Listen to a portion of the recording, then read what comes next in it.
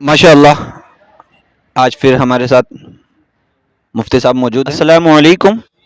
वालेकुम अस्सलाम वरहमतुल्लाह। मुफ्ती साहब मैं ये पूछ रहा था कि कोई शख्स किसी दूसरी देश से गोल्ड की स्मगलिंग करे तो क्या ये जायज़ है? ऐसा करना नाजायज़ है, क्योंकि अल्लाह पाक ने फरमाया कुरान पाक के अंदर, वला तुल्कू बिअयदीकुम इला तहलुका, कि अपने हाथों से अपने नफ्स को हलाकत में न डालो। ऐसी सूरत के अंदर जब कोई शख्स स्मगलिंग कर रहा होता है, वो गैर कानूनी काम कर रहा होता है, तो उस पर हलाकत का अंदेशा होता है, उसे जेल में डाला जा सकता है, उसकी ज़िंदगी का कई हिस्सा बर्बाद हो सकता है। ऐसी सूरत के अंदर ऐसा करना नाजायज़ है। और साथ ही साथ ये उसूल भी है कि जो कवानीन रिफ़ाए आम्मा के लिए और मुल्क की तरक्की के लिए, अपने शहरियों की तरक्की के लिए बनाया जाए, उन कवानीन पर अगर वो शरीयत के ख़िलाफ़ नहीं है तो अमल करना वाजिब होता है। ऐसी सूरत के अंदर वाजिब को तर्क करने की वजह से भी वो गुनहगार होगा। तो मुफ्ती साहब मैं ये उसमें ये सवाल था मेरा कि वो शख्स अगर अइम्मा को दावत दे तो क्या उसके घर दावत खाना जायज़ है?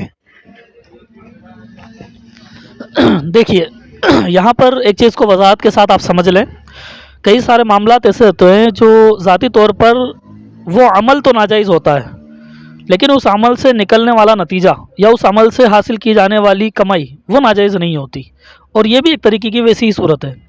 आप इस बात को इस तरीके से समझिए कि अगर हिंदुस्तानी कानून नहीं होता या किसी भी मुल्क का कानून नहीं होता और उसको इल्लीगल करार नहीं दिया जाता कि साहब इस तरह कहीं किसी देश से सोना ख़रीद करके लाना वो इल्लीगल नहीं है, नाजायज़ नहीं है, जैसा कि पहले हुआ करता था, पिछले ज़मानों के अंदर ऐसा ही होता था।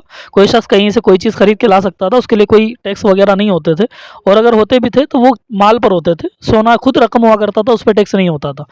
तो अगर ये कानून नहीं होता तो क्या शरीयत उसे जायज़ करार देती है या नहीं देती है, ये एक उसूल है।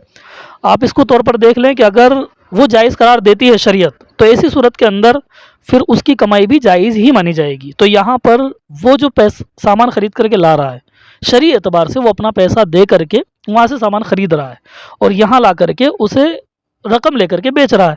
ऐसी सूरत में इसे तिजारत कहा जाएगा, और तिजारत बज़ाते खुद जायज़ है।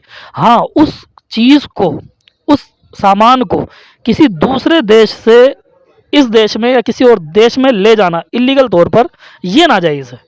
तो ये अमल नाजायज़ है, लेकिन उससे हासिल होने वाली कमाई जायज़ है।